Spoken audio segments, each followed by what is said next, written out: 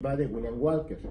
Fracasa la expedición de William Walker por diferentes motivos. Primero invade La Paz, de La Paz también se roba un barquito y llega a Ensenada. En Ensenada Antonio María Melendres, un héroe local, lo ataca junto con Castillo Negrete, que era el militar. Castillo Negrete pues, se le mojan las armas, termina yéndose a San Diego. Pero bueno, Antonio Melendres lo viene persiguiendo en una historia, en un típico western de la época. Cruza Walker a Sonora, en Sonora le roban, no alcanza a cruzar porque el río Colorado tiene mucha agua, se regresa.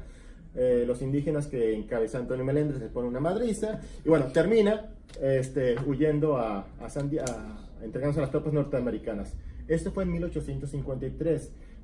La importancia de la invasión filibustera de William Walker es que demostró que no se sabía una defensa de la Baja California, y entonces hizo que Santana, en cierta manera, ¿sabes qué? Pues quieren vender la mesilla, el Tratado de Gassen, y pues bueno, si no se lo vendo, de cualquier manera me van a invadir, vamos a vendérselo de esta manera.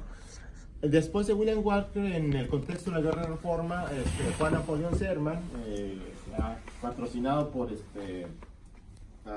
Juan Álvarez, pues también quiere hacer una invasión, lo agarran prisionero, fracasa la invasión. En ese momento también en Sonora, por 1853-1857, el conde Rousseau de Borbón la invade, también lo fusilan. Después Henry Crabb, un ex senador de California, la invade, también lo fusilan. Entonces hay esta serie de movimientos militares de carácter levantístico, patrocinados por el extranjero, que fracasan.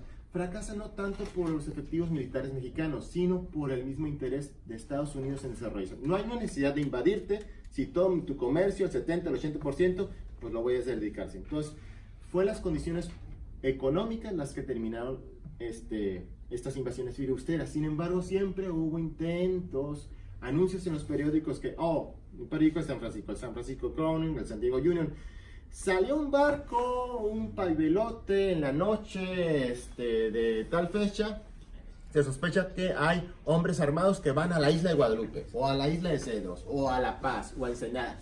Son proyectos filibusteros. Estos nunca ocurrían, pero siempre era como el cuento de Pedro y Lobo. Aparecían en los periódicos. Entonces, se creó con todos estos antecedentes históricos de las invasiones filibusteras para 1911, cuando ocurre la Revolución Mexicana y que un grupo de mexicoamericanos y después un grupo mayoritariamente extranjero, primero toma Mexicali, se antojaron unas cucapas o qué sé yo, y después las tocó un pan de Tecate, toman Tecate y vienen a Tijuana y todo el mundo es extranjero, y el presidente Wilson ha dicho que el ejército norteamericano se movilice a la línea fronteriza porque hay una revolución en México, y en plena batalla del 8 y 9 de mayo la población de Tijuana ve que 2 o 3 soldados norteamericanos desertan y se unen a este grupo rebelde. Pues esta es la famosa invasión filibustera que todos los años hemos esperado.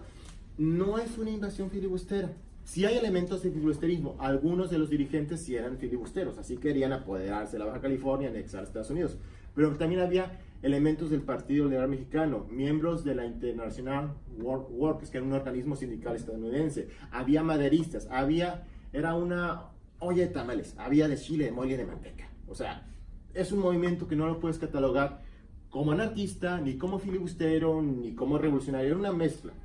Entonces, pero con todos los antecedentes que te he mencionado de los intentos filibusteros y lo que habías visto, pues sí, esto es un movimiento filibustero, y más si cuando toman Tijuana ponen a ondear una bandera de carácter norteamericano y llega un payaso, no un payaso literal, sino un actor de Estados Unidos, un inversionista que dice, voy a declarar la República de Porfirio Díaz, o la República de Madero, o la República de lo que sea. Y el comandante de las fuerzas que toman Tijuana dice, sí, está bien esto. Lo que no cuentan es que al día siguiente llega un grupo encabezado por Emilio Guerrero, un indígena, con los indígenas Cumbia y Pucapaz que están participando en este lado de la revolución, llegan y ven la bandera y dicen, no dijeron, no mames, pero dijeron, esto no es porque estamos luchando. Bajan la bandera de la República de Baja California, la queman y alza la bandera del anarquismo, una bandera pues de huelga, roja con negro, con el lema Tierra y Libertad, que es el lema que están usando los anarquistas. Ojo, dije los anarquistas, no los zapatistas. La historia oficial te dice, el grito de Zapata es Tierra y Libertad. Eso es una mentira. Zapata nunca firmó con eso. Firma como firman los neozapatistas o el comandante Marcos, comandante Canedos: tierra, justicia, trabajo y ley. Ese es el lema del zapatismo. Esos son los sucesos que ocurren en Baja California, y un desarrollo económico también. Por ejemplo, surge Tijuana como población en 1889, cumplimos 130 años. Mexicali surge para 1903, 1904 como producto de las obras norteamericanas que se realizan en el lado mexicano para llevar agua del río Colorado a Valle Imperial. Baja California se benefició o perjudicó en el Porfiriato. Bueno, hay un desarrollo económico en todo México, en todo el territorio de Telcel, lo que llamamos ahora, se desarrolla gracias al Porfiriato. No gracias al Porfiriato, lo que pasa es que en el Porfiriato hubo lo que se llama la Pax Porfiriana. La Pax Porfiriana era pues básicamente que ya no te la pasabas toda la noche en vela porque te iban a saltar los bandidos, sino que bueno, medio dormías, escuchabas un ruido. O sea, no hubo esta paz como nos cuentan, pero sí hubo una paz comparada con lo que había pasado en etapas históricas anteriores. Entonces, con esta paz ya puede haber una inversión extranjera. O sea, los extranjeros no van a venir si México está en revolución, está armado. Entonces, a consecuencia de esto, pues hay inversión extranjera y pues hay un desarrollo, hay un beneficio no para todos los mexicanos. O sea, pasa algo muy parecido a lo que pasa actualmente.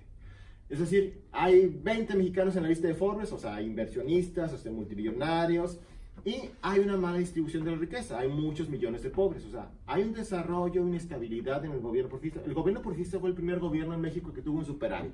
¿Qué significa esto? Que recibió más dinero del que gastó. Entonces, imagínense, Porfirio Díaz haber estado así ya medio chochito cuando llega Limantur.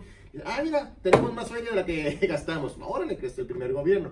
Por ejemplo, la mina El Boleo, la mina de Canané y la de Naco, juntas hicieron que México, de ser el último productor de cobre, se convirtiera en el segundo productor a nivel mundial. O sea, todo el cobre que sacaron de estas minas sirvió para llevar electricidad a Estados Unidos, a Francia y a Europa. O sea, el cobre mexicano. Entonces, en cifras macroeconómicas, sí hay un desarrollo. No hubo una distribución de este desarrollo. Inclusive la clase media llegó a un punto que se estancó, y no estancó en desarrollarse económicamente, sino en desarrollarse políticamente. Es decir, no les permitían hacer acceso a los puestos políticos. O eres del grupo de Porfirio Díaz, de los amiguitos ya todos viejitos de Porfirio Díaz, los científicos, los científicos.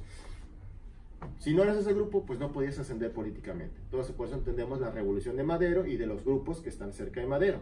Inclusive, la revolución popular creada imaginaria después de Villa y Zapata, ni Villa y Zapata eran de las clases más bajas. Eran de las clases medias desfavorecidas. O sea, Zapata, aunque sea campesino y toda la cosa, no era un campesino, un peón de rancho. Era un capataz, es decir, formaba, digamos, de la clase. Al final de cuentas, era un bandido porque no había obtenido un ascenso social, pero antes había sido carnicero y arriero y todas las cosas. O sea, son personas que no pueden ascender socialmente. Entonces, hay un beneficio. Hay cosas que sí, que afectaron a nivel nacional. Por ejemplo, una de las historias olvidadas son las guerras de exterminio contra los pueblos apache, que ni siquiera son apaches, son chiricahuas, mezcaleros, tontos o tal, ese es el nombre correcto, contra los yaquis, los mayos y los mayas.